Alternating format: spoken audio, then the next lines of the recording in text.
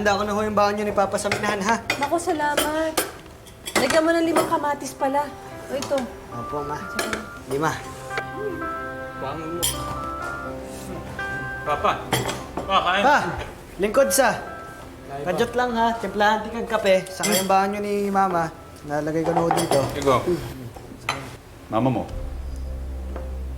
Mahal, sabay na tayo pumunta sa minahan. Kain na tayo. wala na akong gana. Hindi ko nga rin alam kung uwi pa ako sa bahay na ito minsan eh. Pero hindi ko alam kung itong bahay na ito isang tirahan o isang perya.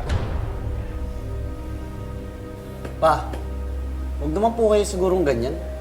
Tsaka pa, bunsong anak niyo si Diego. Sumasagot na kayo dahil malalaki na kayo.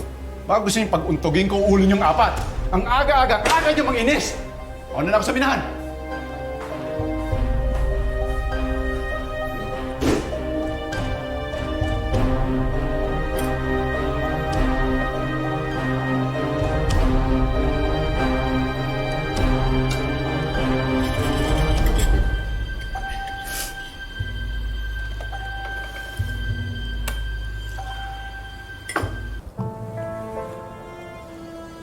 Kapugong lang mini Kuya Kokoy, Diego.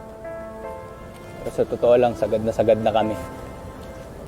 Kawawa naman yung mama natin. Ba't tingin ni Papa sa kanya punching bag? Sa tinuod lang, nasuko ko na Papa, Kuya. Pero si Mama, lagi nagpapaalala na huwag daw tayo magagalit kay Papa. Kuya, okay naman si Papa, di ba? Huwag lang malalasing. Mabait naman siya sa atin minsan. Kahit na hindi niya pa rin dapat binubugbog si Mama. Patandaan mo, Diego, ang babae minamahal yan, hindi yan sinasaktan.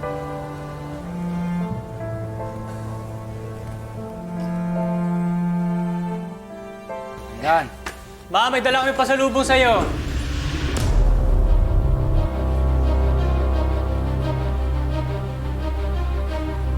Ma! Ano naman nangyari? Ma? What? Ma? Ano na, Kuya? Ma? Ma?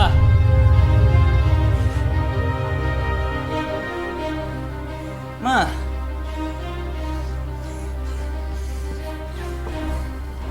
Ma? Ano naman ba nangyari? Ano naman ginawa ni Papa? Sa si Papa, Ma? Ma, sa si Papa, Ma? Ma! Mamiga na ho kami.